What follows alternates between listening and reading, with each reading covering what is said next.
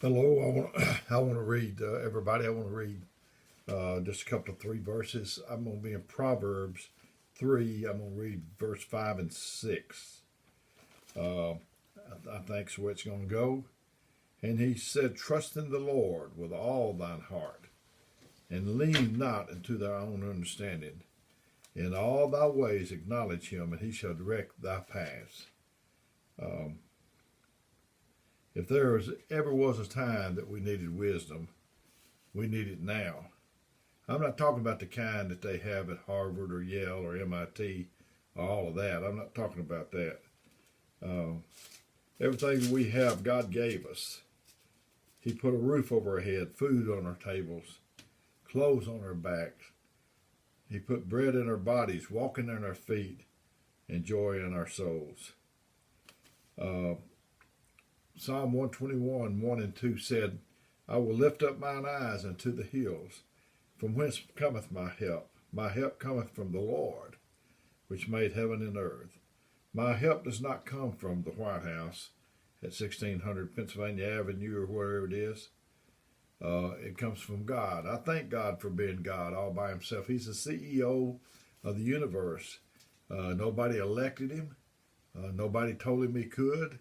He's just God all by himself. God's been too good to me to feel any other way but good. I may have pain in my body. I may have a few problems going on, but I still feel good in my soul. If I've got to wait till I have no pain in my body uh, to feel good, I'm probably going to be waiting a long time. Somebody ought to know what I'm talking about. Proverbs 3:7 said, "Be not wise in thine own eyes. Fear the Lord and depart from evil." And all the wise people out here that's got a real big education might ought to listen to this. 1 Kings 4:29 through 31. 1 Kings 4:29 through 31. "And God gave Solomon wisdom and understanding, exceeding much, and largeness of heart, and even as the sand is on the seashore. And Solomon's wisdom excelled the wisdom of all the children of the East country, all the wisdom of the East country, and all the wisdom of Egypt. For he was wiser than all men." And then it lists some names down here. "And his fame was in all the nations round about. And he spoke 3,000 proverbs, and his songs were 1,005." The book of Proverbs is divided into two classes of people, the wise and the foolish. The wisest man ever is the author of the statement, "Trust in the Lord and lean not upon thine own understanding." That's what I want to talk to us about today. Is trust in the Lord and lean not upon our own understanding. These six words put up against all other paragraphs and books, and there's no comparison for the knowledge of the world with this. It's superior. Those six words are greater and wiser than all advice you get from Dr. Phil or Oprah or Dr. Oz or any of them. Lean means rest upon. So don't rest upon your own understanding. To cast one's weight to one side for support, to rely on for support or inspiration. Lean not on your own understanding. This means for me not to try to think intelligently. It doesn't mean for me not to think intelligently or try to form plans. It just means God's wisdom is superior. Our wisdom is not sufficient without God's wisdom. Jeremiah 9:23 and 24 said, "Thus saith the Lord, let not the wise glory in his wisdom, neither let the mighty man glory in his might, nor the rich man glory in his riches, but let him that glorieth glory in this, that he understandeth and knoweth me, and that I am the Lord which exercise loving kindness, judgment, and righteousness in the earth. For these things I delight, saith the Lord." Don't be glorying in your own wisdom. Remember who gave you your mind. The same God that put it there can take it away. Who knows everything about everything? He knows everything about biology, architectural engineering, oncology, you name it, etc. Some people don't feel good because they've diagnosed their own case.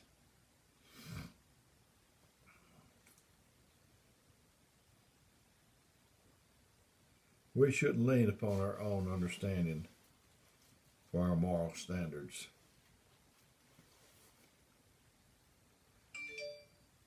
How often do you hear people say, I don't see any harm in this or that? I thought it was all right. After all, everybody else is doing it. That was the argument my kids came up with, while other people's kids are doing it, and that sort of thing. How can anything so beautiful be wrong? But God knows. Job 21:22 says, shall any teach God knowledge? Seeing he judges all those that are high. He knows the numbers of the stars. He calleth them by name. Great is our Lord and of great power. His understanding is infinite. Thought about the Hubble telescope. I know years ago, man looked out. He finally got a telescope. And he said, the Bible said they're innumerable. And he got his telescope and he said, oh, there's 1,400 and some odd stars or whatever. A few years later, he came up with a bigger telescope. And he said it's 2,000 and something. And then he kept getting bigger telescopes and the number kept going up and up and up. And finally, they got the Hubble. And they concluded that they could not be numbered. The very thing told us in the beginning. God tells us something in the Word, and then we want to go and disprove it or find out or whatever. And we come back to square one. The Bible is our standard for our morality. I guess somebody's thinking, oh man, well, who told you that? Your brain was given to you by God, and if he snatched it away, what kind of man would you be? Some may even go so far as to say I'm my own woman, and no man is going to tell me what to do. That's why there are some people the women that may be the boss on the job, but she may be over a lot of people. But when she comes home, she don't need to think that she can come home and boss her husband around.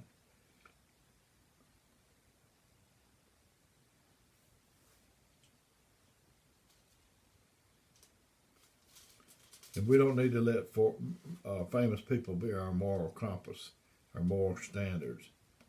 I heard about a lady that was trying to get a minister was trying to get a lady to come to church, and she answered that her father was the best man that she had ever known, and he didn't go to church. He was constantly helping people, and he loved everybody, and everybody loved him. That's great, but you can't let somebody tell you one thing and follow that, and the Bible tell you something else.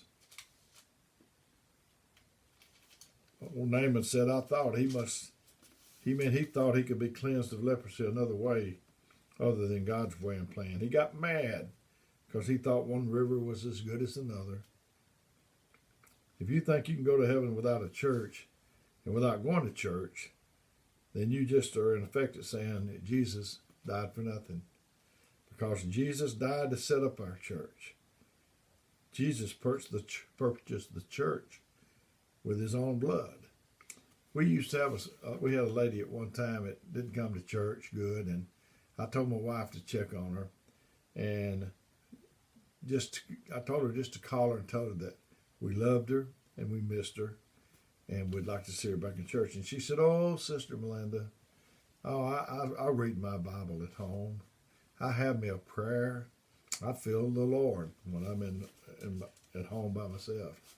She didn't make it. We have the word at the church. We have prayer at the church. We have testimonies at the church. That's the place we belong.